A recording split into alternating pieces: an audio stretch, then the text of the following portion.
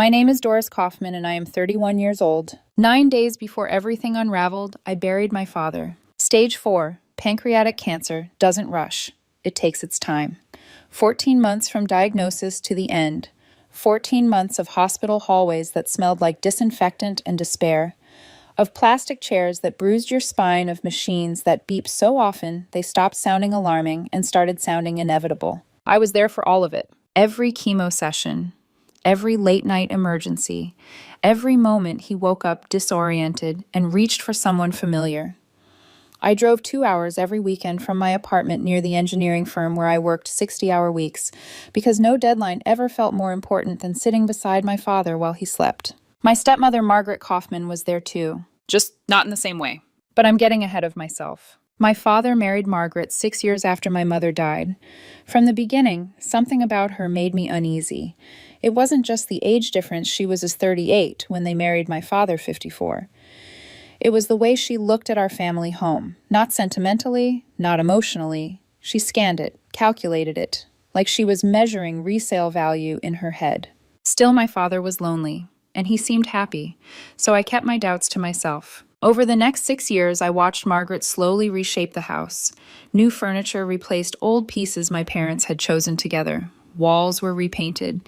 Family photos disappeared quietly. My mother's presence faded one object at a time. She reshaped my father too. Who he saw, how often he went out, what expenses suddenly felt necessary. And always, there was the subtle reminder that I was a guest. Must be nice to visit, she'd say whenever I arrived. Some of us actually live here full time, as if I wasn't balancing work exhaustion and grief just to show up. When my father got sick, something changed in him. During hospital stays, especially when Margaret wasn't there, he started talking.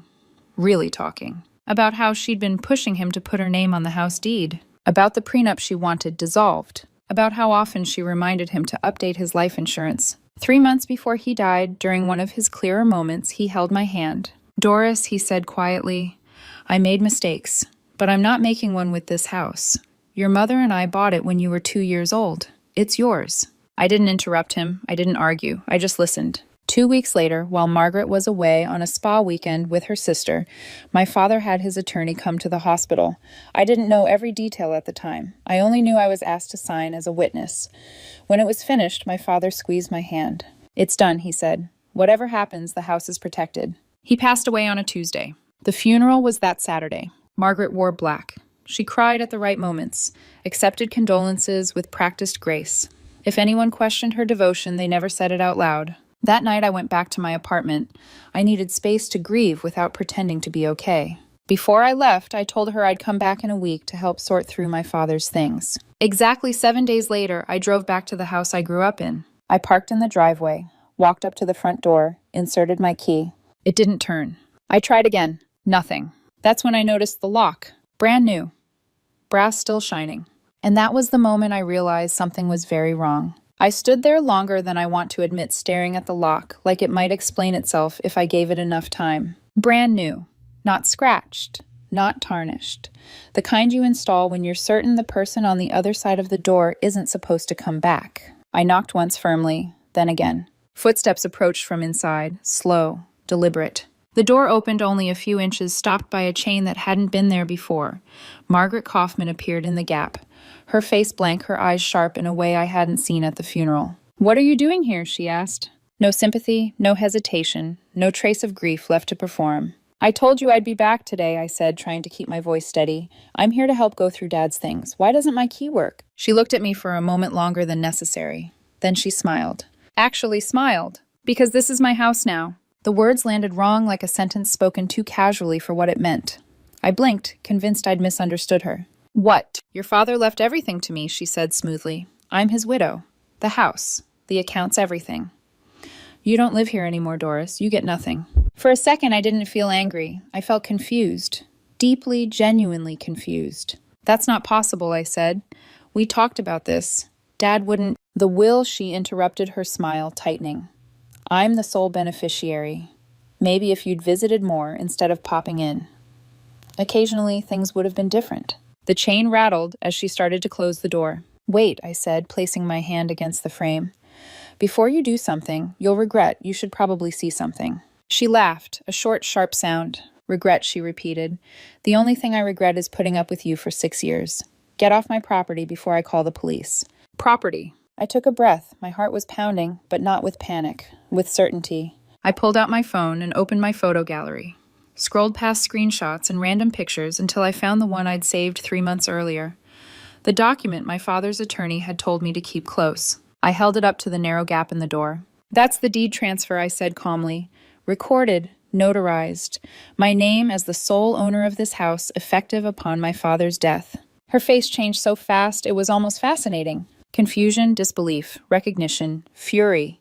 That's fake, she snapped. You're welcome to call the county recorder's office, I replied, or your lawyer. Either way, you have 24 hours to vacate my house. I stepped back from the door before she could respond, before she could scream or cry or throw whatever weapon she planned to use next. Behind me, I heard her shouting, something about fraud, about lawyers, about how I'd regret this. I didn't turn around. 24 hours. The clock had started. I didn't sleep that night. Not because I doubted myself, but because grief has a way of resurfacing when everything else goes quiet.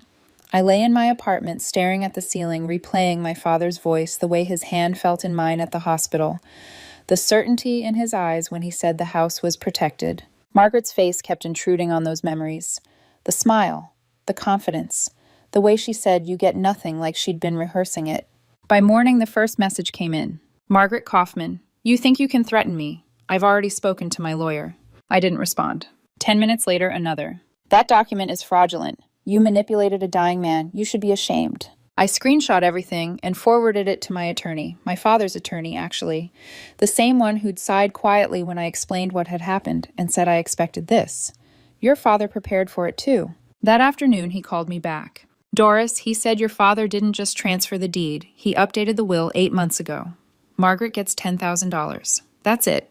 I closed my eyes. 10,000. A legal formality. The smallest amount possible to prevent a claim of being forgotten. She doesn't know, he continued. She's operating under the old will. I thanked him and hung up. At hour 20, her lawyer called me. Or rather, his paralegal did. Aggressive. Loud. Threatening. You are harassing my client and trespassing on her property, she said. Any further attempts to interfere will result in immediate legal action. I forwarded the voicemail to my attorney. He didn't sound surprised. By hour 24, Margaret hadn't moved a thing. Instead, she doubled down. At hour 26, my attorney filed a formal eviction notice. Not because she was a tenant, but because the law requires procedure even when the person inside your house has no right to be there. Her response came fast. She filed an emergency motion claiming the deed transfer was the result of undue influence while my father was mentally incapacitated. That's when I realized something important. She wasn't angry because she'd lost. She was angry because she'd miscalculated. 3 days later, I drove back to the house, not to go inside, just to document the exterior.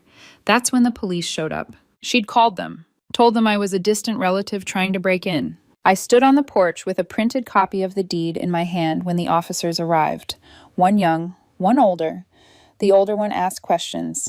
The younger one watched her carefully. She's lying, Margaret said from the doorway. Arms crossed, her voice trembling just enough to sound convincing. Those papers are forged. They're court-recorded, I said calmly. You can verify them. The older officer did. He looked at her and sighed. Ma'am, he said this woman appears to be the legal owner of the property. The courts are wrong, Margaret snapped. The younger officer's eyebrows shot up. The older one handed me a case number and turned back to her. Making false reports is a crime. I suggest you speak to your attorney. She slammed the door. That night I received 17 text messages. I didn't answer a single one. By the 4th day, Margaret stopped pretending this was a misunderstanding. It became a campaign. She called everyone. People I hadn't spoken to in years started reaching out. Cousins, distant aunts, even my mother's brother, who usually only remembered I existed around the holidays. Most of them didn't accuse me outright. They asked questions carefully, like they were afraid of stepping on something unstable. I heard things are tense, one cousin said. That was Margaret's word. Tense. As if she hadn't changed the locks a week after my father's funeral and told me I deserved nothing. Her sister called next. I'd always thought she was the reasonable one, calmer, less theatrical. Her voice sounded soft when she spoke. I know this is complicated, she said, but can't you just give Margaret a few more weeks? She's devastated. First she loses her husband, now her home. 6 years is a long time to live somewhere. I took a breath. She changed the locks on me, I said. 7 days after I buried my father. She told me I get nothing. There was a pause. You're being very cold about this, her sister said finally. No, I replied. I'm being accurate. She hung up. That night, Margaret's text turned darker. Your father would be ashamed of you. I gave him the best years of my life. This is elder abuse. Everyone will know what kind of person you really are. Elder abuse. The words sat there on my screen obscene in their audacity. This was the woman who went to a spa while her husband was in hospice. The woman who redecorated his bedroom while he was too weak to protest. The woman who told him hospital visits were too depressing for her mental health. I forwarded every message to my attorney. He told me to keep doing exactly what I was doing, nothing. The eviction hearing was scheduled for the following week. Until then, Margaret was legally allowed to remain in the house. I hated that. Hated knowing she was sleeping in my parents' bedroom, touching things that belonged to my father, erasing whatever traces of him remained. 3 days before the hearing, my phone rang. It was my father's bank. Someone had attempted to access his accounts using a power of attorney dated after his death. The bank flagged it immediately. Forgery. Guess whose name was on the document? I didn't have to report anything. The bank did it themselves. By then, Margaret had moved on to social media. Her sister posted a long emotional message about protecting widows from predatory stepchildren. She didn't use my name, but she didn't have to. Anyone who knew the situation knew exactly who it was about. I didn't respond. My attorney did.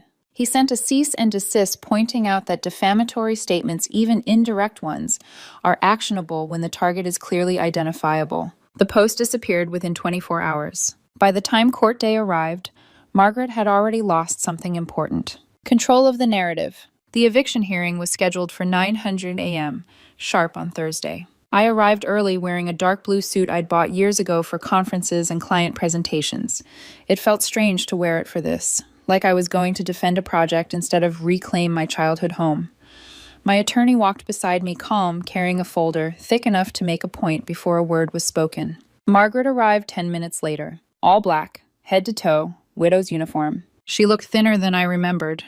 Taut, like she'd been wound too tightly and didn't know how to loosen. Her attorney, her third, I would later learn, walked beside her, already looking tired. The judge entered right on time. A woman in her 60s, no warmth, no softness, the kind of presence that made it immediately clear this room was not the place for performance. Good. Margaret's attorney went first. He repeated the claim of undue influence despite the fact it had already been denied once. Then he added new accusations, emotional manipulation, isolation, financial exploitation of a vulnerable adult. He spoke quickly, stacking words like they might overwhelm the facts. When he finished, my attorney stood. Your Honor, he said, we have extensive documentation. He began calmly. Hospital visitor logs, nursing notes, physician records, psychiatric evaluations, video testimony recorded on the day the deed was signed. My client visited her father 52 times during his 14-month illness, he said, glancing at his notes. The respondent visited 11 times. The courtroom went very quiet. Of those 11 visits, he continued 9 lasted under 30 minutes. I didn't look at Margaret. I didn't need to. The judge asked to see the visitor logs. She reviewed them in silence for several minutes, then looked up. Counsel, she said to Margaret's attorney, is this accurate? He shifted. Yes, Your Honor. The judge turned to Margaret. Ma'am, she said sharply, you visited your dying husband 11 times in 14 months. Is that correct? Margaret stood up. I loved him, she said, her voice breaking. I decorated our home. I hosted holidays. I was there. Sit down, the judge said. Margaret sat. The judge didn't raise her voice again. The deed transfer was properly executed, she said. It was witnessed, notarized, and accompanied by a psychiatric evaluation confirming capacity. There is video evidence of the deceased explaining his intent. She paused. The petition for eviction is granted. My chest tightened. The respondent has 14 days to vacate the premises, the judge continued. Any belongings left behind after that period may be disposed of at the owner's discretion. 14, not 30. Court adjourned. Outside the courthouse, Margaret's attorney practically sprinted to his car.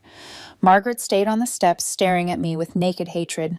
You'll regret this, she said. I didn't answer. 3 days later, the bank fraud investigation officially opened, and the countdown to 14 days began. The day after the hearing, I thought the worst of it was behind me. I was wrong. 3 days later, my phone rang while I was at work. Unknown number. I almost let it go to voicemail, but something told me not to. It was my father's bank again.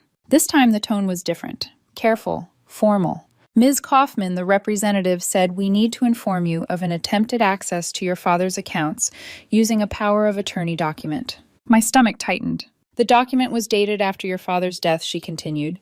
Our system flagged it automatically. We forwarded it to our fraud department. I didn't have to ask whose name was on it. Margaret Kaufman. I thanked the representative and hung up, sitting there for a long moment staring at my desk. I'd expected resistance. Lawsuits. Lies. Forgery was a new level. My attorney wasn't surprised. She's desperate now, he said. And desperate people make stupid choices. The bank filed the report themselves. Not a civil issue. Criminal. Out of my hands. That same week, Margaret escalated in a different direction. Family members I barely remembered suddenly had opinions. Cousins posting vague quotes about betrayal. An aunt texting me to be the bigger person. Most of them didn't know the facts. They knew Margaret's version, wrapped in grief and selective omission. I corrected no one publicly. Privately, I told the truth when asked. Most understood. Some went quiet. Her sister did not. She doubled down online, posting another long message about heartless children and greedy heirs. This time, my attorney didn't wait. A formal cease and desist went out within hours. It cited defamation, harassment, interference. The post disappeared by morning. Then came the house. I drove by one afternoon just to see. A moving truck was parked in the driveway, boxes stacked on the lawn. Margaret moving back and forth, frantic, aggressive, like she was trying to erase herself before the deadline erased her. Good. I thought that would be the end of it. That night, my phone rang again. I answered against my better judgment. You think you won? Margaret's voice was calm. Too calm. You ruined my life. You visited him 11 times, I said quietly. I have the records. Silence. You loved the house, I continued, and now you have neither. She hung up. I blocked the number and forwarded the call log to my attorney. He added it to the file. 14 days passed faster than I expected. And then finally, it was time to take my house back. On the 15th day, I showed up with my attorney, a locksmith, and a deputy sheriff. Not because I wanted to intimidate anyone, but because I was done being surprised. The house was quiet when we arrived. No lights on. No movement behind the windows. The moving truck was gone. The driveway that once held my father's car was empty again, like it had been holding its breath. The deputy knocked. No answer. The locksmith stepped forward and changed the locks in under 10 minutes. Just like that, the house was mine again. When I pushed the door open, the first thing I noticed was the echo. Furniture gone. Rugs gone. Even the entry table my mother used to keep mail on had vanished. The place felt hollow, stripped of weight and warmth, like someone had peeled it down to bone. She hadn't just moved out. She'd taken everything that wasn't nailed down. The kitchen was gutted, no refrigerator, no microwave, cabinets open and empty. The garbage disposal was gone unscrewed from the sink like a final act of spite. The living room looked worse. Light fixtures missing, wires exposed, walls scarred where paintings used to hang. My attorney walked through, slowly documenting everything. The deputy shook his head but said nothing. I wandered upstairs alone. My old bedroom. My father had kept it exactly the same after I left for college, had been repainted purple at some point. Margaret's meditation room, apparently. The crystals and incense were gone, but the color remained loud and intrusive, like proof she'd tried to overwrite something that wasn't hers. Then I went into my parents' bedroom. My father's side of the closet was empty. Not just clothes gone, his reading glasses, his robe, the worn blue one he'd had for 20 years. The small things that still felt like him, all gone. That's where it finally hit me. I sat down on the floor and cried. Not for the house, not for the furniture, but for my father. For the realization that he'd spent his final years with someone who didn't love him the way he deserved. For every time she'd made him feel guilty for wanting to see his own daughter. For every memory she'd tried to erase from these walls. An hour later, I wiped my face and stood up. There was still work to do. The restoration company arrived the next day. That's when we discovered what she'd left behind. She'd drained the water heater and left it running. A fire hazard. She'd canceled all the utilities still auto-paid from my father's estate, changed the mail forwarding to her sister's address. And then there was the smell. Raw shrimp, stuffed into the heating vents. Classy. The cleaning crew quoted me $2 and $800 for specialized cleaning and vent replacement. I forwarded the invoice to my attorney. He added it to the growing list. By the end of the week, the house was livable again, but it felt different, emptier, quieter, like it was waiting to see what I'd do next. 3 weeks after I reclaimed the house, I thought I was done thinking about Margaret. Then the letter arrived. Official court correspondence. My name typed cleanly at the top. My hands didn't shake when I opened it, but my stomach still dropped. She was suing me. Breach of fiduciary duty. Tortious interference with inheritance expectations. According to her filing, my father had verbally promised her the house multiple times, and I had deliberately manipulated him during his illness to break that promise. She was demanding the value of the house plus emotional damages. Total $650,000. I didn't even finish reading before calling my attorney. He laughed. Actually laughed. This is completely baseless, he said, and she's representing herself. That told me everything. She'd burned through 2 attorneys already. The hearing was scheduled quickly. She showed up alone. No lawyer, no sister, no performance left. Her hair was unbrushed, her clothes wrinkled. She looked like someone who had finally run out of people to blame. The judge didn't take long. Verbal promises do not override recorded deeds, she said flatly. Inheritance expectations are not a recognized cause of action in this state. Case dismissed. As we exited the courtroom, Margaret tried to approach me. A deputy stepped between us before she could get close. "You did this to me," she said, her voice cracking. "I have nothing now, nowhere to go. Are you happy?" I looked at her, really looked, and felt nothing. "You changed the locks on me a week after I buried my father," I said calmly. "You told me I get nothing. You tried to steal from his estate. You put shrimp in my heating vents." I shook my head. "You did this to yourself." I walked away. I haven't seen her since. Once the noise stopped, the silence felt heavier than anything else. No calls, no court dates, no threats. Just the house empty, echoing, waiting. I started renovating slowly, not because I was in a hurry, but because I needed to touch each room. Decide what stayed, what went, what could be restored. I painted over the purple in my old bedroom first, neutral again, familiar. I replaced the fixtures she'd taken. Found contractors who specialized in restoring older homes. People who understood that some things mattered beyond market value. One afternoon, while sorting through the attic, I found a box she'd missed. It was tucked behind old insulation, dusty and heavy.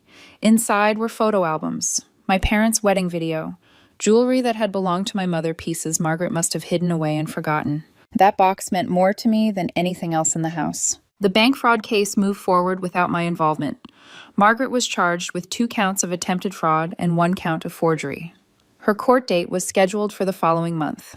I didn't plan to attend, but my attorney would submit a victim impact statement on behalf of my father's estate. Her sister tried one last time to reach me, left a voicemail saying Margaret was truly sorry, ready to apologize, and asking if I would drop the charges. I couldn't drop criminal charges even if I wanted to. And I didn't want to. The house is mine now, for real. When I walk through it, I don't see her. I see my parents. My mother making breakfast in the kitchen. My father teaching me to ride a bike in the driveway. Both of them sitting on the porch with coffee on Sunday mornings. Those memories were the real inheritance. Margaret tried to take them. She gambled. She lost. I'm not angry anymore. I'm just done. My father used to say, actions have consequences. Make sure yours are ones you can live with. I can live with mine. She'll have to live with hers. My name is Jessica Hayes, and I was 27 years old when I realized that loving someone doesn't always mean knowing them. When people saw us online, we looked effortless, polished, happy, in that curated, aspirational way that makes strangers believe they're seeing something real. My boyfriend Lucas Morgan was a lifestyle influencer, not one of those massive household names, but big enough to matter. Around 85,000 followers on Instagram, steady brand deals, free products arriving at his apartment every other day, skincare routines, brunches, outfit reels, day in my life videos. Lucas lived comfortably inside the camera. I existed slightly outside of it. When we started dating 14 months earlier, I knew social media was his world. I didn't love being filmed constantly the way a casual dinner could turn into 15 minutes of retakes, or how moments that felt private to me became content the second his phone came out. But I cared about him, and love has a way of convincing you that discomfort is temporary, that compromise is the same thing as growth. He posted us occasionally, couple photos, vacation snapshots, videos where he laughed while I pretended to enjoy him doing my makeup. His followers loved it. They commented things like relationship goals and "you're so lucky." Sometimes he'd show me the comments with a smile like we were winning at something invisible. I wasn't jealous of his success. If anything, I admired his discipline. But our lives were different.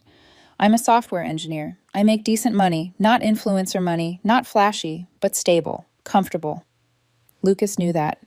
He also knew I kept cash in my wallet. I always had. It was an old habit from my years working service jobs when tips were king and cards weren't always an option. 3 months before everything fell apart, I started noticing something small but unsettling. My cash was disappearing. At first, it felt ridiculous to even think about. I'd withdraw $200 at the start of the week, and by Wednesday, I'd be down to $60. No memory of spending it. No big dinners, no shopping sprees, no unusual tips. I told myself I was just distracted. Work had been busy. Maybe I'd forgotten something. Then it happened again, and again. The pattern didn't hit me all at once. It crept in quietly, the way doubt always does, when you don't want to believe it. I started paying closer attention without telling anyone, counting the bills in my wallet before bed, counting them again in the morning. Some nights everything was fine. Other mornings, a 20 was gone, sometimes 2. What made my stomach drop was the timing. It only ever happened when Lucas stayed over. He slept at my place 4 or 5 nights a week. We'd talked about moving in together. I'd met his family. I'd pictured a future that felt solid, normal, safe. The idea that he could be stealing from me felt so absurd that my brain refused to hold on to it for long. Every time the thought surfaced, I pushed it back down. Love does that. It protects the story you want to keep believing. But numbers don't lie. One Friday night, I decided to stop guessing. I put exactly $180 in my wallet, 9 crisp 20s. I left it in its usual place on my dresser. Lucas came over like always. We ordered food, watched a movie, fell asleep, tangled together like nothing was wrong. The next morning, while he was still asleep, I counted. 7 20s. $40 gone. I didn't say a word. I didn't accuse him. I didn't even look at him differently. At least I don't think I did. I needed more than one night. I needed to be sure. The following weekend, it happened again. $60 over 2 nights. The weekend after that, $80. By the time 2 months had passed, I'd done the math more times than I could count. Somewhere between $600 and $800 had vanished from my wallet, taken in pieces so small they were meant to go unnoticed. I wasn't angry yet. I was something worse. I was heartbroken and confused. Lucas had income. Not a lot, but enough. Free products, paid partnerships, gifted meals. Why would he steal from me? Why risk everything? For 20s pulled quietly from a wallet while I slept. That question followed me everywhere. To work, to the gym, to bed. And eventually it cornered me into doing something I never imagined I would do to someone I loved. I decided I needed proof. Not because I wanted revenge, not because I wanted to destroy him, but because I needed the truth to exist outside my own head. Because I was starting to feel like I was losing my grip on reality, and I couldn't confront someone I was considering a future with based on suspicion alone. So I bought a small camera, the kind disguised as a phone charger. I positioned it carefully angled toward my dresser and plugged it in. It felt wrong, invasive, like crossing a line you can't uncross. But something inside me already knew that the line had been crossed long before the camera ever arrived. I just didn't know yet how much it was going to cost us. The first night after I installed the camera, nothing happened. I woke up early, heart pounding harder than it should have, and checked the footage before Lucas even stirred beside me. The video showed hours of stillness. Just the faint glow of the streetlight through the curtains, the quiet rise and fall of our bodies breathing in sync. No movement toward the dresser, no shadow crossing the frame, no theft. Relief washed over me so fast it almost made me dizzy. I told myself I'd been wrong, that my suspicion had been poisoning something good, that the missing cash had to be my own carelessness magnified by stress and paranoia. I felt ashamed for even thinking Lucas could do something like that.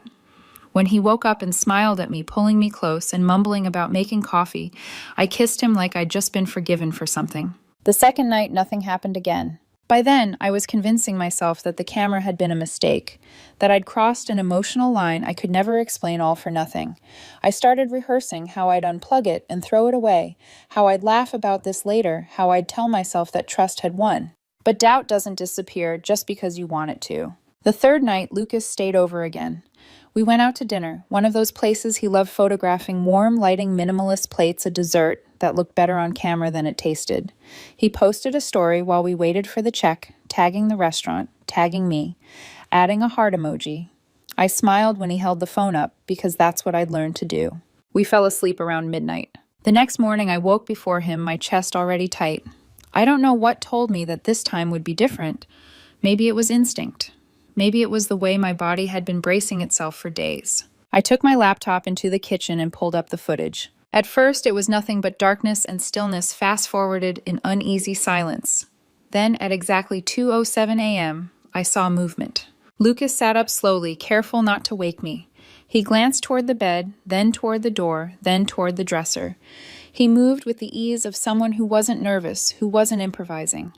This wasn't a spur-of-the-moment decision. It was routine. I watched him stand across the room and open my wallet. He didn't hesitate. He flipped through the bills with practiced fingers, counted quietly, and pulled out 2 20s, folded them once, slid them into his pocket, closed the wallet, put it back exactly where it belonged. Then he returned to bed, settled under the covers, and wrapped an arm around me like nothing had happened. The video ended with us asleep, indistinguishable from any other night. I sat there staring at the screen long after the clip finished my coffee going cold on the counter, my hands shaking just enough that I had to set the laptop down. There was no ambiguity, no misunderstanding, no explanation that could soften what I'd just watched. This wasn't desperation. This wasn't need. This was entitlement. I didn't confront him that morning, or the next day, or the day after that. I carried the knowledge around like a secret weight, heavy and sharp, cutting into every interaction. When Lucas laughed, I wondered how long he'd been lying to my face. When he kissed me goodbye before work, I felt the ghost of his hands in my wallet instead of on my waist. Every tender moment was now paired with a quiet, devastating second version I couldn't unsee. For 3 days, I did nothing. Part of me still wanted an explanation that would make it hurt less.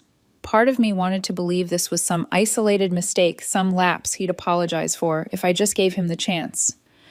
But the footage had destroyed that illusion, the calmness, the repetition, the ease. You don't move like that the first time you steal from someone you love. Then Lucas posted the photo. It was from a restaurant we'd been to the week before, a place that cost about $150 for the 2 of us. In the picture, I was smiling at him across the table, wine glass, raised unaware of how much of myself I was about to lose. The caption read like a performance I suddenly understood too well. Date night with my rock. She spoils me rotten. Seriously, this woman buys me everything. So blessed. The comments poured in within minutes. People calling him lucky, asking where they could find a girlfriend like me, saying our relationship was goals. I stared at the screen, the video still burned into my memory, and something inside me went very still. Not angry, not emotional. Clear. If he was willing to build his image on a lie, to let thousands of strangers admire a version of our relationship funded by money he'd taken while I slept, then confronting him privately wouldn't change anything. Breaking up quietly wouldn't undo what he'd already taken from me, not just cash, but trust, agency, dignity. I closed the app, picked up my keys, and drove to the police station. By the time I walked through those doors, I wasn't guessing anymore. I was done pretending this was something it wasn't. The police station smelled like disinfectant and old paperwork, the kind of place where time seemed to slow down, whether you wanted it to or not.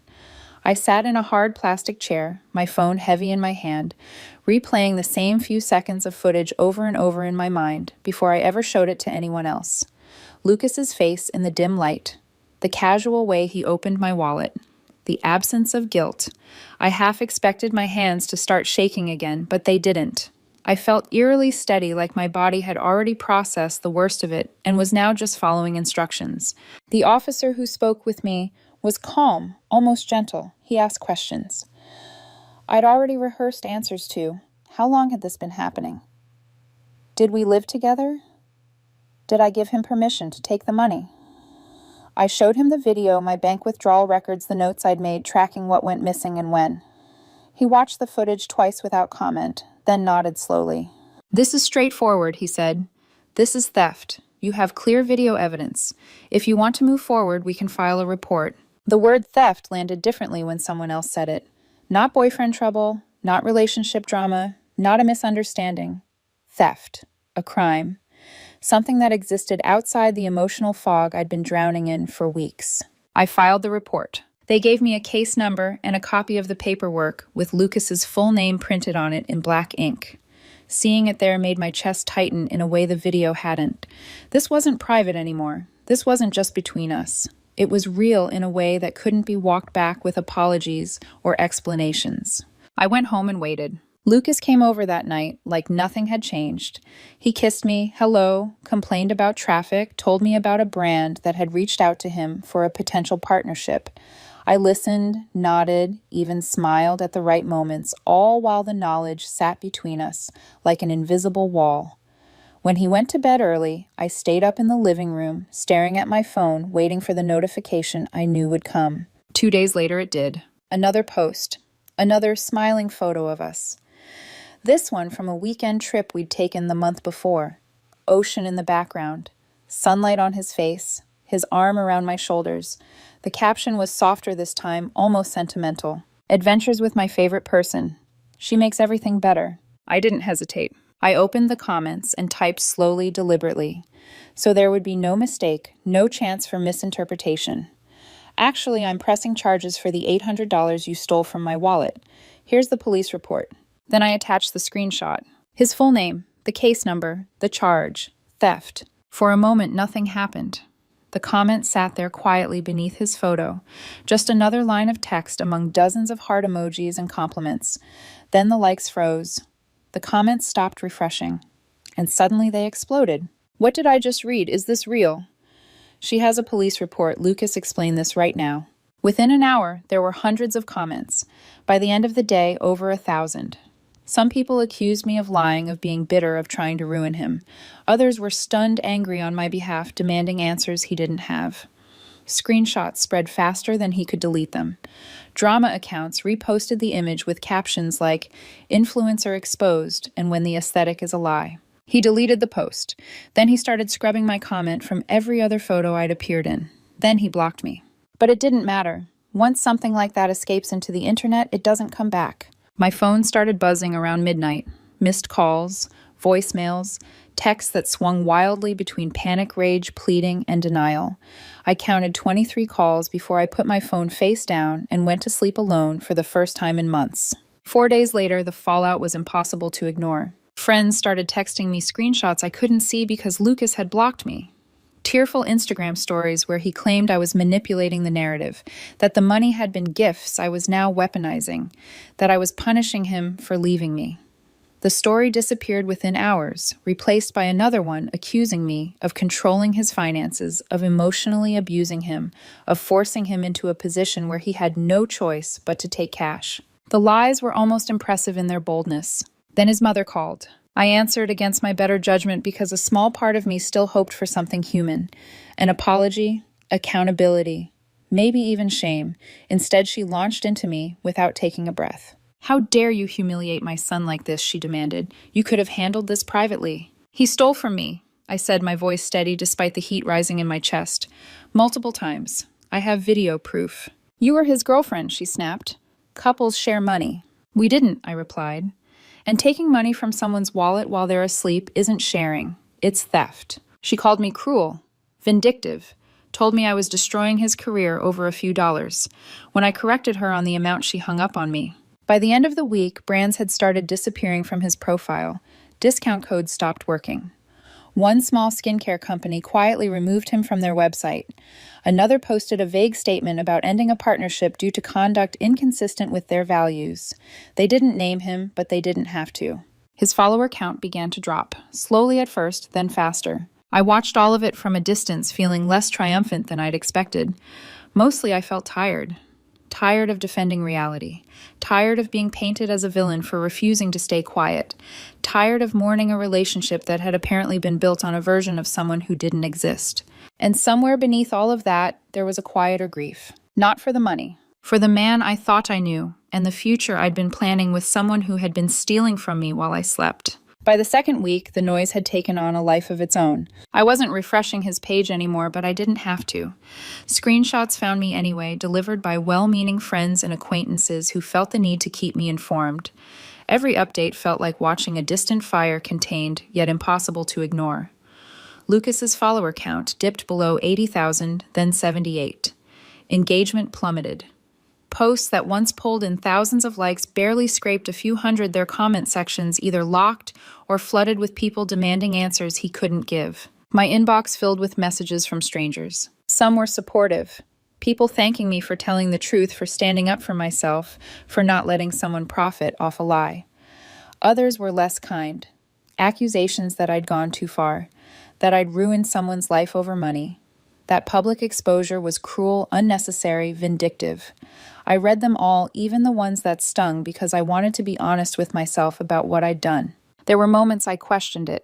Late at night, lying awake in a bed that felt too big, I wondered if I should have confronted him privately, if ending things quietly would have spared both of us this level of destruction. But every time that thought took hold, another screenshot would appear, another post where Lucas framed himself as a victim, another attempt to rewrite reality, and the doubt would dissolve. He wasn't remorseful, he was strategic. The lies escalated. First, the stolen money had been gifts. When that didn't hold up under scrutiny, the narrative shifted to financial abuse. He claimed I controlled him, monitored his spending, made him feel small for every purchase. It would have been laughable if it hadn't been dangerous. Accusations like that stick especially when delivered through tears to an audience primed to empathize. The problem was nothing about our actual lives supported his version of events. We didn't live together. We didn't share accounts. I'd never once told him how to spend his money. If anything, I'd covered dinners, trips, and expenses without keeping score because I believed relationships weren't transactions. The irony that he was now calling me controlling after secretly stealing from me while I slept wasn't lost on anyone paying attention. Then the podcast invitation came. It was one of those influencer drama shows that thrived on chaos, neon lighting, exaggerated thumbnails, hosts who pretended to be neutral while stirring the pot just enough to keep the views coming. Lucas went on first.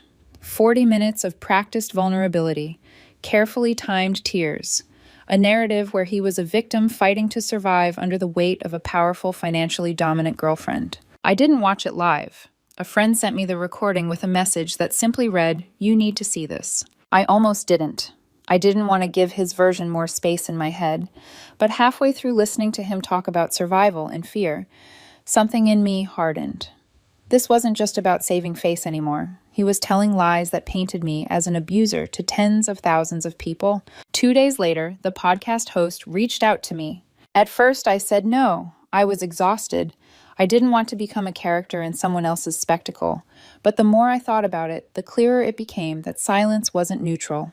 Silence let his version stand unchallenged. So I agreed. I didn't go on to yell. I didn't go on to cry. I went on with receipts. I brought bank statements showing I never had access to his accounts, text messages where he thanked me for buying him dinners, and gifts messages that didn't read like someone living under financial control.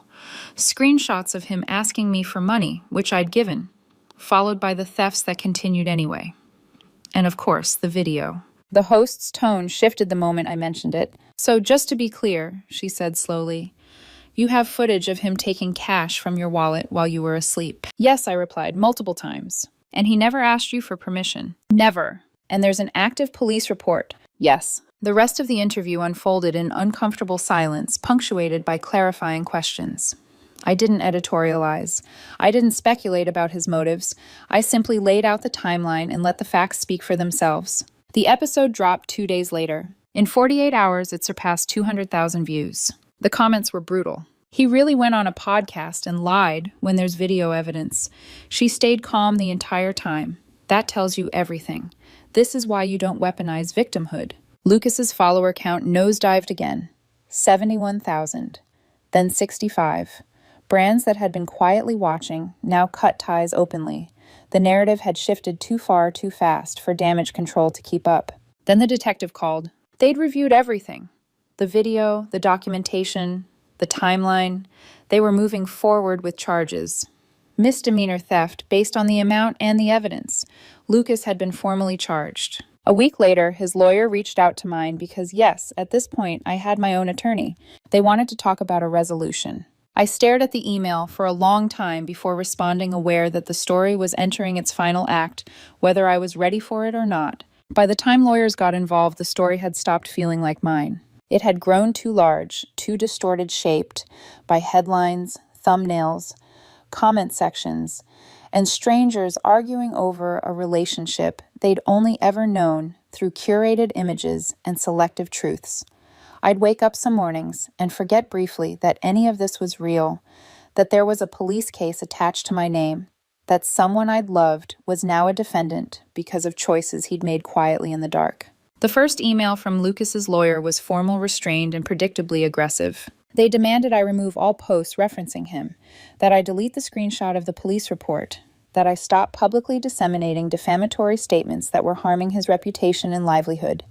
The phrase cease and desist appeared twice bolded, as if volume could substitute for substance. I forwarded it to my attorney, a friend of a friend who specialized in civil litigation. He called me 10 minutes later, laughing softly. "They're bluffing," he said. "Truth is an absolute defense. If what you posted is accurate and you have video proof, they don't have a case. They're trying to scare you into silence." I wasn't scared. I was tired. Tired of being framed as ruthless for refusing to absorb someone else's wrongdoing quietly. Tired of having to justify why I wouldn't protect the image of a man who had betrayed me in the most mundane, calculated way possible. But fatigue didn't equal doubt.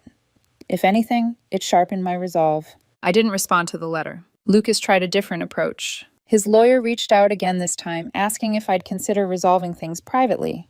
Restitution for the missing money. A mutual statement.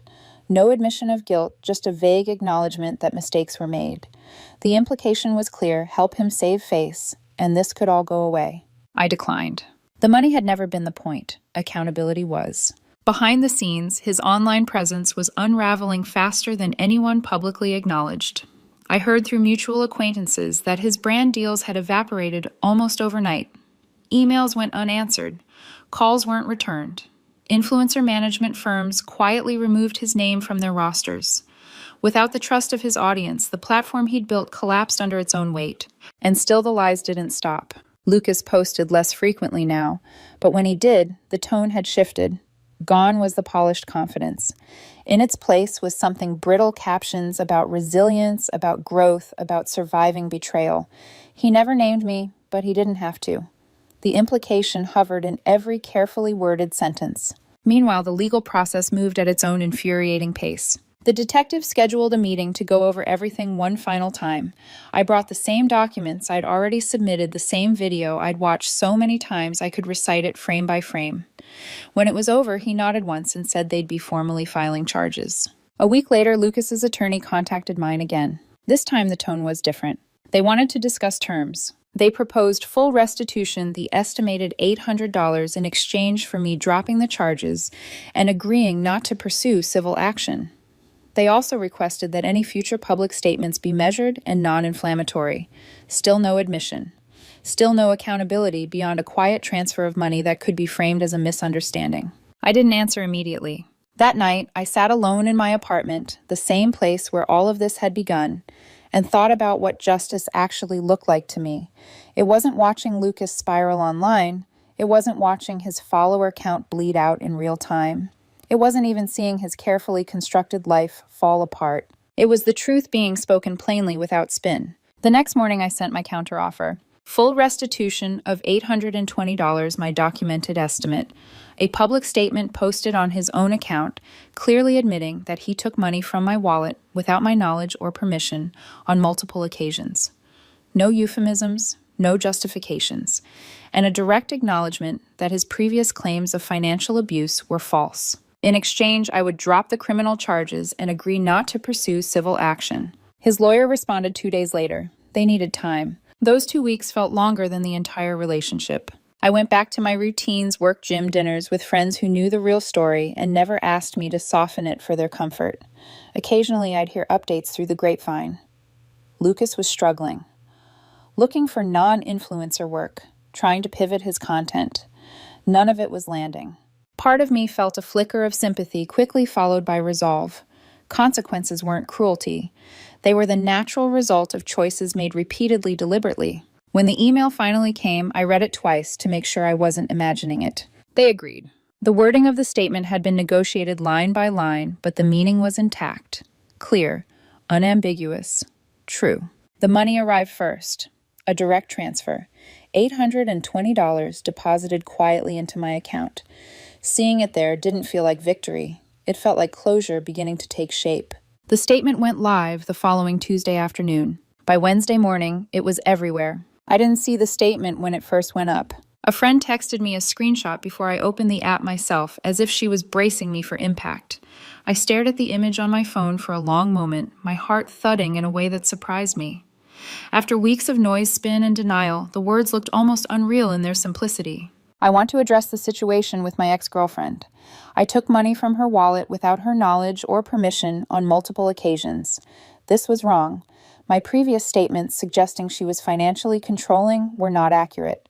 I take full responsibility for my actions and have made full restitution. I am deeply sorry for the harm I caused. No qualifiers, no excuses, no blame shifting. Just the truth laid bare for everyone who had watched this unfold to see. The reaction was immediate and unforgiving. Screenshots of the statement spread across platforms within hours, accompanied by captions that ranged from vindicated outrage to grim acceptance. Some people praised him for taking responsibility. Others pointed out correctly that accountability offered under legal pressure wasn't the same as remorse freely given. The brands that had dropped him didn't come back. New partnerships didn't appear. The apology didn't restore what had already been broken. Within a week, his follower count dropped from 68,000 to 54. The aesthetic he'd built his career on, spoiled boyfriend, aspirational lifestyle, curated perfection, collapsed under the weight of its own contradiction. Once people knew the foundation was theft, the content felt hollow.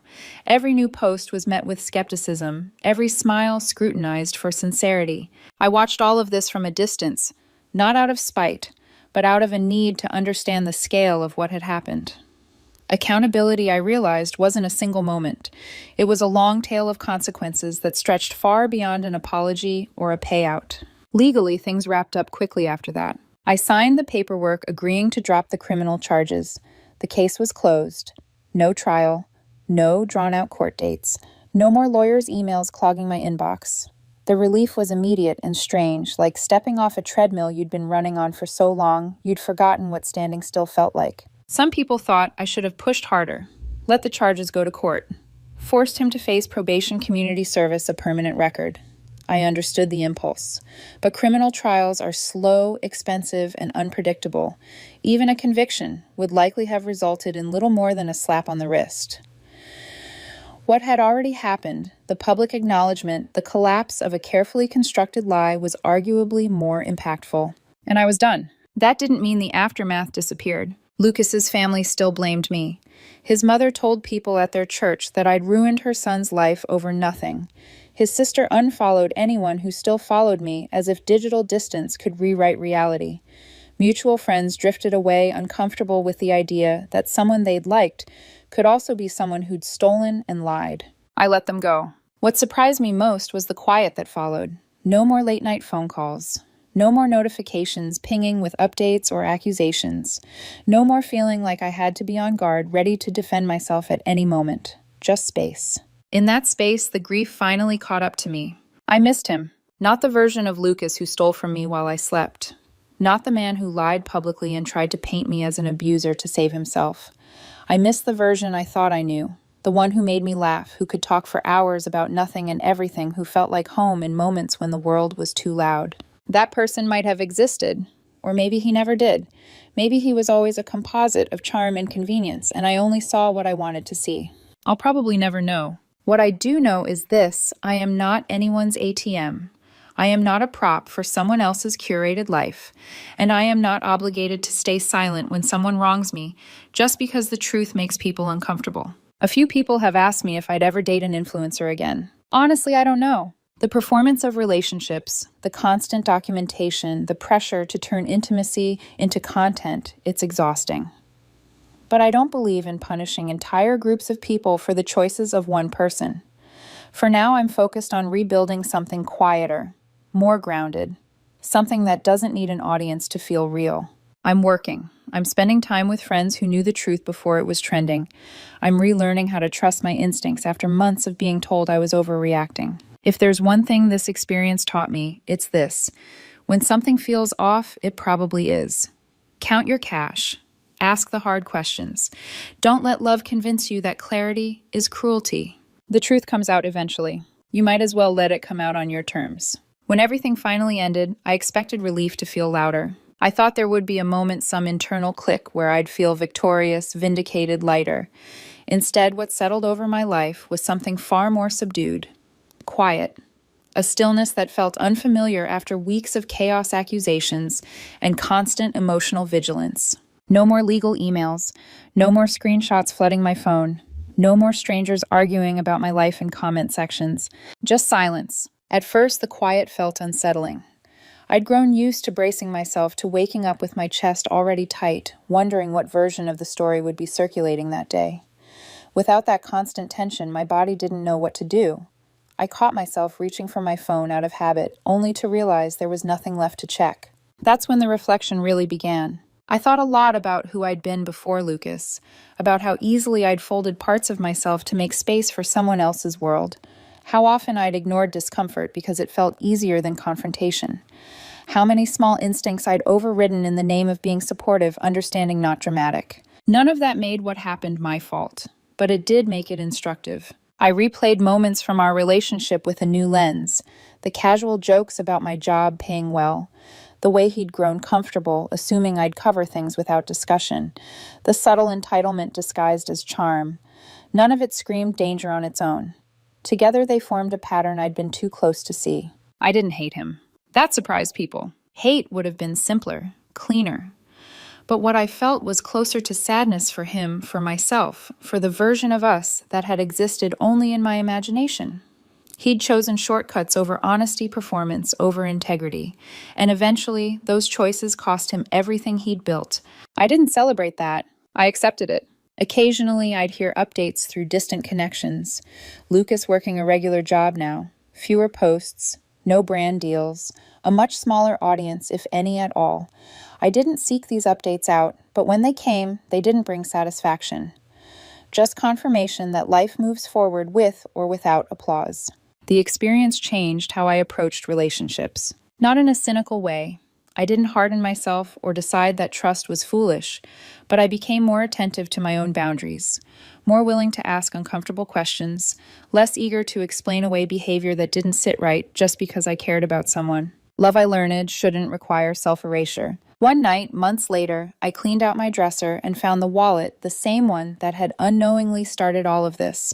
I opened it half expecting some emotional reaction to hit me out of nowhere. Nothing did. It was just a wallet. That felt like progress. I still believe there are versions of this story where things ended differently, where I confronted him privately, where he confessed, where accountability came without public collapse.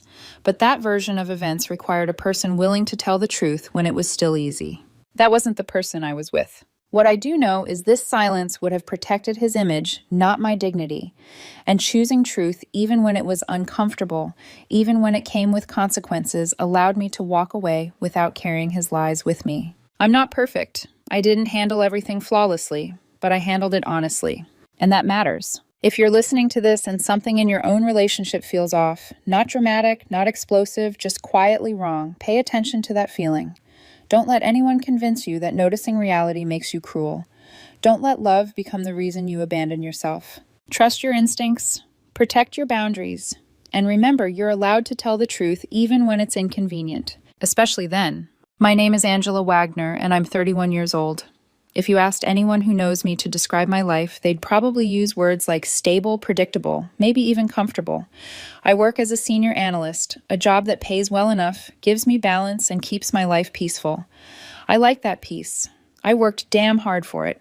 But peace has a way of cracking open in one moment, one sentence, one impulsive outburst from someone you trusted. For me, that moment happened yesterday in my own living room. William, my boyfriend of 4 years, stood in front of me with his hands shaking, his face twisted with self-righteous outrage. William, who used to be charming, attentive, funny, the man I once thought I'd build a life with. He was raised in money polished by privilege and adored by a father who believed the sun rose and fell because he willed it. And William absorbed every bit of that entitlement like oxygen, all because I had declined a promotion. You're a failure, Angela. My father was right about you. I had heard sharp words from William before. Subtle jabs disguised as advice comparisons to people he thought were more ambitious comments about my lack of drive. But nothing like this. Nothing that cut so deeply and so intentionally. I remember looking at him stunned but strangely calm. He usually is, I said. Quiet, controlled, almost detached. He blinked, thrown off. What's that supposed to mean? Nothing, I murmured, just agreeing with you. But inside, something fractured. William was furious because I didn't want a promotion that required relocating across the country, working 70 hours a week, sacrificing everything I loved just for a title I didn't need. I make good money. I enjoy my weekends coaching youth volleyball. I have poker nights with friends. I like my life the way it is. That wasn't enough for him. You're pathetic, he spit out. I wasted 4 years on someone who's content being average. My dad says you'll never amount to anything. And there it was, the real truth. It wasn't just about the promotion. It was about a story he'd built in his head, fed by his father, Richard Carter, a man who owned a chain of luxury car dealerships, a man who had never liked me because I never bowed to him. Richard always believed William deserved someone who worshipped the ground he walked on. Cool, I said quietly. Tell Richard I said hi. William stormed off so violently the picture frame behind him fell off the wall. The slam of the bedroom door echoed through the condo long after he disappeared behind it. For 5 whole minutes, I sat on the couch, staring at the fallen frame, feeling the weight of everything he'd said pressing into my chest. I had known I wasn't Richard's ideal choice. I had known William sometimes viewed me through the lens of someone else's expectations. But hearing it said aloud, hearing William weaponize his father's judgment, cut deeper than I expected. And yet, as I sat there in the quiet, something else surfaced. A memory, a video, a secret. November 15th, 2:34 a.m. A Ring doorbell clip. I should have deleted. One that Richard had shared with family after a break-in scare. Everyone was supposed to remove the footage afterward. William never knew that I didn't. In the video, he was wasted, stumbling out of Richard's Mercedes S-Class. He clipped the garage door, scraped the entire passenger side along the brick pillar, then put the car in park, crookedly stumbled out, and of course threw up in Richard's prized rose bushes. At least $15,000 in damage. Richard never found out. William told him someone had hit the car at the country club. Richard filed an insurance claim. William begged me, literally begged, to stay quiet. Told me Richard would cut him off if he found out the truth. Said it would ruin his relationship with his father. I kept that secret for a year. But now his words sat in my chest like stones. My father was right about you. Maybe Richard deserved to be right about something else too. I opened my laptop, exhaled once, and attached the video to a new email. To Richard Carter. Subject, November 15th. Incident body. Richard, you once asked who damaged your Mercedes. William begged me not to show you this. Since you're always right about me being a failure, I figured you deserved the truth about your son. Angela. My finger hovered for only half a second before I clicked send. Then I picked up my phone and typed a short, simple text to William. Your dad's probably going to call you in about 20 minutes. You should answer. I set my phone down, stood, walked into the kitchen, and made myself a sandwich. The condo was quiet, soft, almost peaceful again. Though in my stomach something electric tingled anticipation, pity, maybe a little poetic justice. Exactly 18 minutes later, William's phone began to ring from inside the bedroom. He came storming out confused. Why is my dad calling? He snapped. Why are you smiling? No reason, I said lightly. You should answer. He did, and although I couldn't hear Richard's words, I didn't need to. William's face said everything. Confusion, shock, panic, terror. Dad, wait, what video? What are you talking about? No, that's not. Dad, just let me explain. I watched him crumble, watched his confidence melt away like something exposed for the very first time. He hung up, hands trembling. Angela, what did you do? I took a calm bite of my sandwich. Nothing, I said softly. Just shared some family memories. His chest rose in frantic bursts. You sent him that video, Angela. That's illegal. That's private. You can't just... Actually, I can, I replied. It's his camera footage. He shared it with family. I'm practically family after 4 years, right? I looked at him pointedly. Or am I too mediocre to be family? His lips parted, no words forming. No excuses, no insults. Just fear. William sank down onto the couch like his legs could no longer hold him. He didn't know it yet, but this wasn't the end. This was the first hairline crack in the glass, the moment everything he relied on would begin to collapse.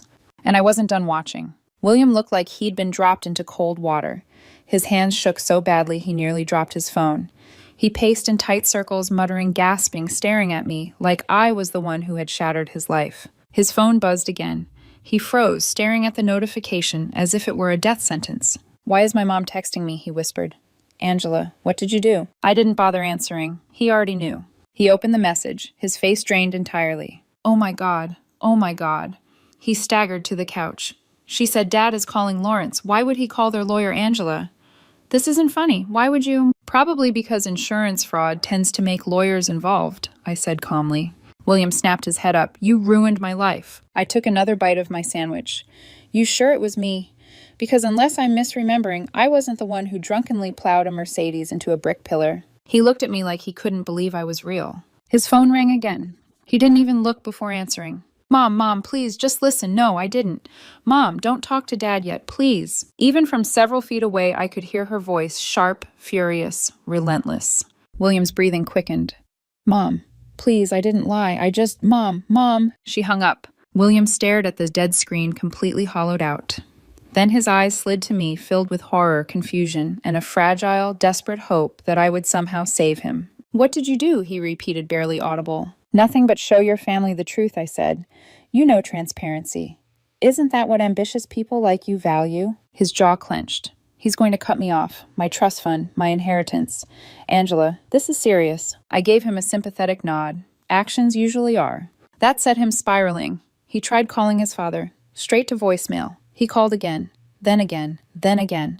Each attempt made him more frantic, more unhinged, until he was practically shaking with helpless panic. My phone buzzed. I looked down. Someone from his extended family had forwarded me a screenshot of the Carter family group chat. "Richard, this is what happens when you enable an entitled liar.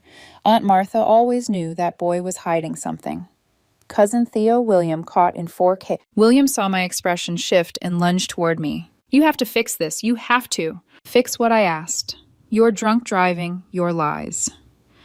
The insurance claim you let your father file under false pretenses." "Tell him the video is fake," he shouted. I let out a soft laugh. "It's not fake, William. Timestamp, license plate, your face, the part where you threw up in the roses. Pretty hard to fake that." He reached out and grabbed my wrist. "Angela, please. I'm begging you. I'll do anything." I pulled back from his touch. "Great. Start with packing." The air left his lungs in a slow, horrified exhale. "Well, what did you just say?" "You're moving out," I repeated. "You're kicking me out over this." "No," I said quietly, without a shred of hesitation. "I'm kicking you out because you called me a failure. The video. That's just poetic timing." Before he could respond, his phone rang again. He stared at the caller ID with dread. "Lawrence, family attorney." I watched him answer it with trembling fingers. Yes, I understand, but I'm his son. Yes, I realize that there must be something. Oh." His eyes glistened. He swallowed hard. Then he hung up. "He's removing me from the will," he whispered. "The trust fund is frozen, and he wants me to pay him back the deductible, and the insurance premium increases." "How much?" I asked softly. $5,000, he snapped. "Which I don't have because I spent it on." "That little getaway to Miami with your buddies," I finished. "Yeah, I saw the photos." His face twisted. William suddenly exploded, grabbing couch cushions and hurling them across the room. He shoved a lamp, knocked over a plant, sent a stack of mail flying like confetti. I stood. "Stop!" He froze mid-rage, chest heaving. "You break anything else," I said evenly, "and I call the police. Then everyone, not just your father, will know exactly who you are." He stared at me, sweating, terrified. He knew I meant it. "This isn't over," he whispered. "You're right," I said. "You still have to pack." But of course he didn't pack. Instead, he did the one thing I absolutely should have predicted. He summoned his personal echo chamber. At 10 a.m. the next morning, my buzzer sounded. I opened the door and immediately felt my remaining patience with humanity evaporate. Madison, Bailey, Anastasia, 3 people who spent more time posing with overpriced cocktails than using their frontal lobes. They shoved their way inside like they owned the place. "You need to fix this," Madison declared. She tossed her purse onto my coffee table like a lawyer slamming evidence in a courtroom drama. "Fix what I asked, already tired." This entire situation with William and his dad, Bailey said, adjusting her too tight crop top. Anastasia added, "You basically traumatized him. He's been crying all morning." "William committed insurance fraud," I reminded them. They all gasped dramatically. "Everyone makes mistakes," Bailey exclaimed. "And some people," I said, "learn from them." William came out from the bedroom, fake crying, putting on the soft, wounded persona he always used when manipulation was the goal. "See," he sniffed. "Even they know you're being unreasonable." Madison raised her phone. I'm recording this for evidence of your emotional abuse. I nodded. Fantastic. Then record this too. All three of you are trespassing. Please leave now, or I'll call the police. A synchronized gasp. 4 hands flew to 4 chests. 4 sets of eyes widened. You wouldn't, Anastasia said. I picked up my phone, dialed. Hi, I need assistance removing trespassers. They sprinted out so fast, I thought one of them might sprain an ankle. The door slammed behind them. Silence. William stared at me with pure hatred. You're a monster. No, William, I said. My voice was calm, controlled, steady. I'm someone who finally stopped protecting you. And the worst part for him, it was only going to get worse. I thought the tantrums and the dramatics were the worst of it. I was wrong. William's meltdown was only the first wave. The second wave came disguised as something quieter, something more insidious. He tried to be sweet. It began the morning after his brunch squad fled my condo, like startled flamingos. I woke to the smell of something burning. When I stepped into the kitchen, William was standing over a pan filled with what used to be scrambled eggs, but now resembled a crime scene. Good morning, he said softly, wearing that apologetic smile he used on his mother whenever he wanted something. I made breakfast. I stared at the disaster. You burned the eggs. He laughed nervously. Yeah, well, I'm distracted. Everything's really hard right now. His voice trembled just enough to seem genuine. Not too much. Just enough. I thought maybe we could... He lifted the pan, presenting the charred remains. Eat together, talk. I shook my head. No, William. His smile faltered. Angela, please. I'm not doing this, I said. You're moving out. That hasn't changed. He set the pan down a little too hard. I'm trying. Okay, I'm making effort. Isn't that what you always wanted? No, what I wanted was respect. You only try when you've run out of manipulation tactics. He winced like I'd slapped him, but he didn't deny it. The love bombing continued anyway. That afternoon, he offered to clean. Then he offered to fold laundry. That evening, he tried to kiss my neck while I was working on my laptop. William, Marcia warned. He stepped back, sighing heavily, as if I were the unreasonable one. The next day, things escalated. I came home from a meeting to find him wearing nothing but one of my silky, button-up blouses, his attempt at some movie cliché seduction. He leaned against the doorframe of my office, pouty-lipped. Remember Miami, he asked. Yes, the one your dad paid for. We could have that again. Just us. No stress, no fights.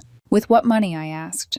Your frozen trust fund. He flinched, straightened, and stormed off. Every day followed the same pattern: seduction attempt, emotional breakdown, guilt-tripping, desperate promises, hollow apologies. He scrubbed the sink, badly. He tried to bake cookies, burn them. He brought me tea, salt instead of sugar. It would have been funny if it weren't so transparent. The real shift came on day 10. I was sitting on the couch when my phone buzzed with a number I didn't recognize. When I answered, a smooth female voice said, Angela, this is Diana Carter, William's mother. My spine straightened. Mrs. Carter. Please call me Diana, she said gently. I wanted to thank you. I blinked, unsure if I'd misheard. Thank me for telling the truth, she said. I've begged Richard for years to stop enabling William. He wouldn't listen. Maybe now he'll finally understand. I didn't know what to say. I had expected anger, rage, condemnation, not this. She continued. And if you need legal help with the eviction, my brother is a property attorney. I'd be happy to give you his number. I stared at the wall, stunned silent. Angela, she added softly, you're not the villain here. William made his bed. You simply stopped lying in it with him. After I hung up, I sat there for a long moment, letting her words settle. William's own mother had more clarity about his behavior than he did. Day 12 brought chaos again. I came home to find my condo packed wall to wall with people. Loud music, beer bottles, strangers I'd never seen. What greeted me was a scene ripped straight out of a frat house. What is this? I demanded. William appeared with a red cup in hand. Just some friends helping me pack, he said sweetly. There were no boxes, no tape, no suitcases, just drinking, laughing noise, and several people using my expensive candles as makeshift shot glasses. You're trespassing, I announced. All of you, out. A guy in a backwards cap stumbled forward. Relax, babe, we're vibing. I'm not your babe, I said coldly. And you're leaving. He snorted and took a sip from a bottle he'd grabbed out of my fridge without permission. I didn't argue. I pulled out my phone and hit record. Everyone has 60 seconds before I call the police, I said. That was all it took. People scrambled, tripping over shoes, grabbing bags, knocking into furniture. Someone toppled a plant. Someone else spilled beer on my rug. A girl in a glittery dress ran past me, clutching my air fryer, until I yelled, and she dropped it, bolting out the door. William threw his cup on the ground. You're being dramatic. No, I said, you trashed my home. He gestured wildly. I'm going through something. You've been going through something your whole life, I replied. It's called consequences. He froze, his face twisted with hatred. After the last straggler fled, I scanned the damage. Beer stains, a cracked lampshade. Someone had thrown up in my bathroom sink. William watched me silently, waiting for me to break or yell or cry. I didn't. You're paying for all of this, I said. With what, he snapped. You made sure I don't have money. Then small claims court will force you to find some. He went silent. Day 16 brought yet another desperate tactic. William showed up at the doorway of my home office with a freshly printed letter. It's illegal to kick me out, he said triumphantly. I have tenant rights. You are not a tenant, I reminded him. You never paid rent. You never signed a lease. This letter says, that letter I interrupted holding out my hand is going to Diana's brother. The next morning, I sent it. By noon, he'd emailed a beautifully brutal response outlining exactly how wrong William's so-called legal argument was. William read it and turned pale. You went to my mom, he whispered. No, she went to me. He stared at me like he didn't know who I was anymore. But the real breaking point came on day 25. A knock sounded at the door. When I opened it, Richard Carter stood there, flanked by a tall, severe-looking man with slicked-back hair. William peeked out from behind me like a scolded child. Richard's jaw tightened. Angela, we need to talk. No, I said, you need to leave. The taller man stepped forward. My name is Dominic. I'm Richard's business partner. We'd like to resolve things as gentlemen. Sounds like a speech, I said. Dominic offered a smile. What would it take for you to delete the video? I blinked. I'm sorry, what? We're prepared to offer compensation, he continued. $50,000. I laughed. I couldn't help it. You want to pay me $50,000 to destroy evidence of a crime while standing in my home, I said, where my security camera is recording everything. Both men paled instantly. I pointed toward the ceiling corner. Say hi to the camera. Dominic coughed. Richard swore under his breath. Leave, I said, and don't come back. They did.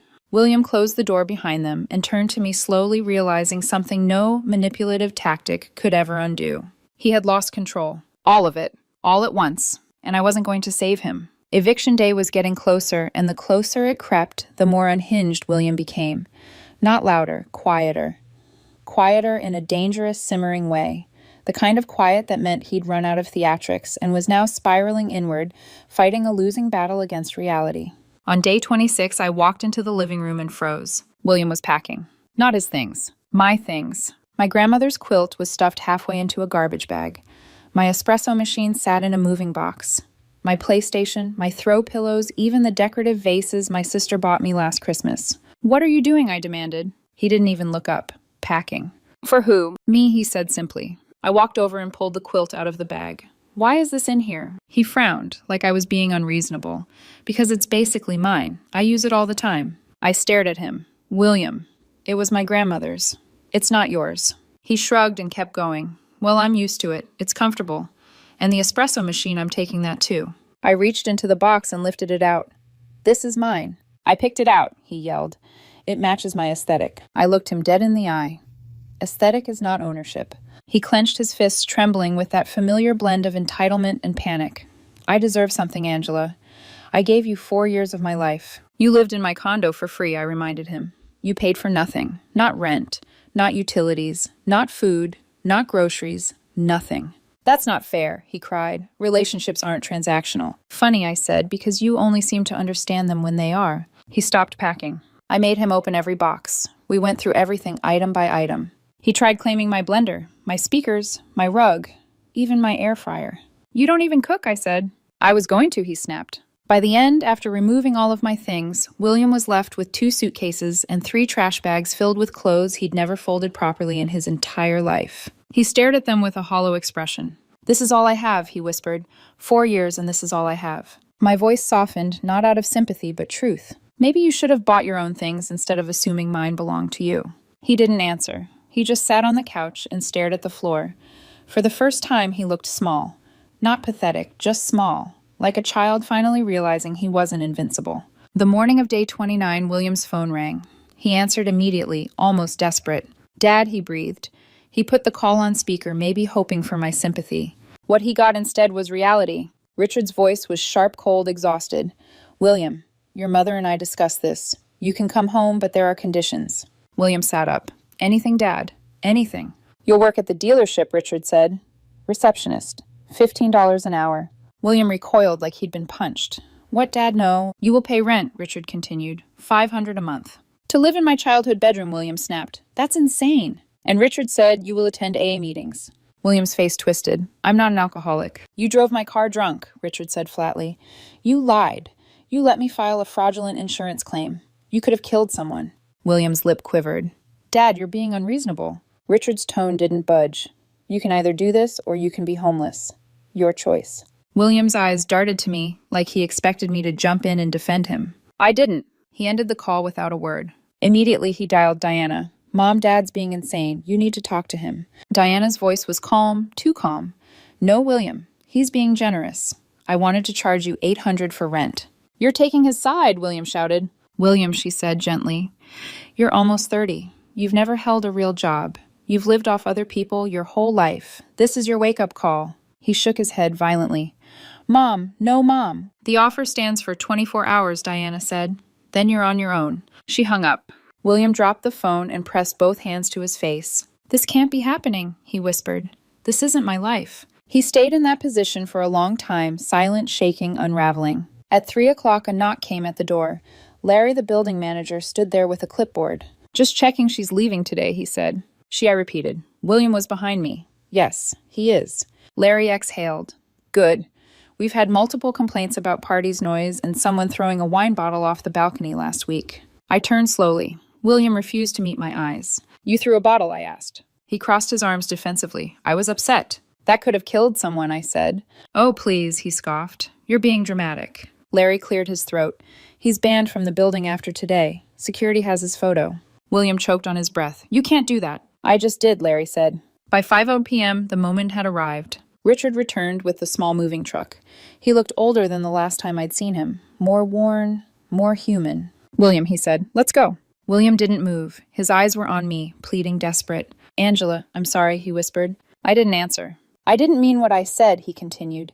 He stood slowly, stepping closer. You're not mediocre. You're stable, strong. I need that. We can fix this. No, I said gently. You never wanted a partner. You wanted someone to sponsor your lifestyle while you pretended to be ambitious. His jaw trembled. That's not true. In 4 years, you've started 5 businesses I listed. Makeup, jewelry, fitness coaching, life coaching, essential oils, all funded by your dad or by me. You've never made a profit, never paid a bill. You're not an entrepreneur, William. You're a hobbyist with other people's money. He flinched. For the first time, I saw genuine pain, not entitlement, not anger pain. That's mean, he whispered. It's true, I said softly. And until you accept the truth, you'll never stop being this person. Richard sighed heavily. She's right. You're coming home. You're working for me. Maybe in a few years. I am not working as a receptionist, William exploded. Then find your own way, Richard said. William looked between us. 2 people he'd manipulated for years. 2 people finally done with his games. I hate you both, he hissed. He grabbed his suitcases, stormed to the truck, and slammed the door. Richard picked up an envelope from the dashboard and handed it to me. The insurance deductible and premium increases, he said. $5,000. From his future paychecks. I shook my head. Keep it. I didn't do this for money. Richard nodded slowly. You're not mediocre, Angela. You might be the first real adult he's ever dated. I didn't reply. He left. The condo was quiet again. Peaceful. Finally. The moment the truck pulled away, something in the condo, something in me, exhaled. The silence wasn't empty. It was full. Full of space. Full of air. Full of something I hadn't felt in months. Peace. I stood in the doorway for a while, watching the taillights shrink and disappear down the street. There was no triumph in me, no gloating, no satisfaction in his misery. Just the quiet certainty that I had finally stepped out of a storm I didn't realize I'd been walking through for years. After William left, I closed the door, leaned my back against it, and let the weight of the last month sink into my bones. The condo felt bigger and lighter, and strangely, new. Like I'd just unlocked a new version of my own life. The next morning, I deep cleaned everything. I scrubbed the stove, I wiped down every counter, I washed the throw pillows, I opened every window. I steamed the carpets. I even dusted the tops of the cabinets, the kind of cleaning you only do when you're trying to cleanse something deeper than dirt. By the time I finished, the condo smelled like lemon and eucalyptus instead of William's cologne and cheap beer from his disastrous party. I changed the locks again just for my own peace of mind. When I finally sat on the couch that evening, it felt like my couch again. For the first time in a long time, I didn't have to brace myself for a mocking comment about my salary, or a lecture about ambition, or the sound of someone pacing at 3 in the morning because he couldn't sleep without creating drama. The quiet was beautiful. 3 days later, I got a text from an unfamiliar number. It was Diana. "Thank you for doing what we should have done years ago." I stared at the message for a long moment, feeling a strange warmth spread through my chest. I hadn't expected gratitude, not from her, not from anyone. But Diana had always struck me as the kind of woman who recognized the difference between cruelty and consequence. She just hadn't been able to give her son what he needed: reality. She sent another message moments later. He quit the receptionist job after 3 days, walked out in the middle of a shift. Richard is furious. I sighed, not angry, not surprised, just sad. Because the truth was, William wasn't stupid. He wasn't incapable. He just lived so long in a world where his worst behavior was rewarded, not corrected, that responsibility felt like punishment. I didn't reply. There wasn't anything to say. Later that afternoon, I learned courtesy of a mutual acquaintance that William had begun couch surfing, first with a college friend, then with Madison, who was apparently also unemployed now because she'd been fired for her role in the harassment campaign. Actions, consequences, patterns. I didn't enjoy hearing it. I didn't feel vindicated. I just felt done. Completely and fully done. A week after William left, I received a voicemail. It was Richard. "Angela," he began, sounding unusually tired. "I wanted to apologize. For everything. For how I treated you. For how I raised William. For enabling him for so long." There was a long pause. "You were right," he said quietly. "I didn't want to see the truth. Thank you for forcing me to." He hesitated again before adding, "I hope you find someone who appreciates you. You deserve better than what he gave you." I deleted the voicemail, but his sincerity lingered. My life adjusted quickly without William. Mornings became peaceful. Evenings regained their softness. I returned to my routines: work, coaching, volleyball, poker nights. Friends commented that I seemed lighter. One night a friend asked if I regretted sending the video. "No," I said simply, because regret implies I made a mistake. And the truth was I hadn't. William's downfall wasn't because of me. It was because he'd built his life on lies, entitlement, and the assumption that someone else would always clean up after him. I had simply stepped out of the way. A few days later, a coworker showed me something that made me laugh, despite myself. William had started an Instagram account, @WilliamRises Trauma and Resilience Coaching. He had posted a professional-looking headshot probably taken years ago, accompanied by a caption that read, "Sometimes the people you trust the most will betray you, but rock bottom builds character." Over 100 likes. A handful of comments praising his strength. He'd even uploaded a video about overcoming toxic relationships. I stared at the screen and shook my head. The irony was so loud it was almost poetic. I blocked the account, not out of anger, out of closure. But something stuck with me. William didn't need a villain. He needed a story where he was the hero of his own downfall. That was how he coped. Maybe someday he'd see the truth. Maybe he wouldn't.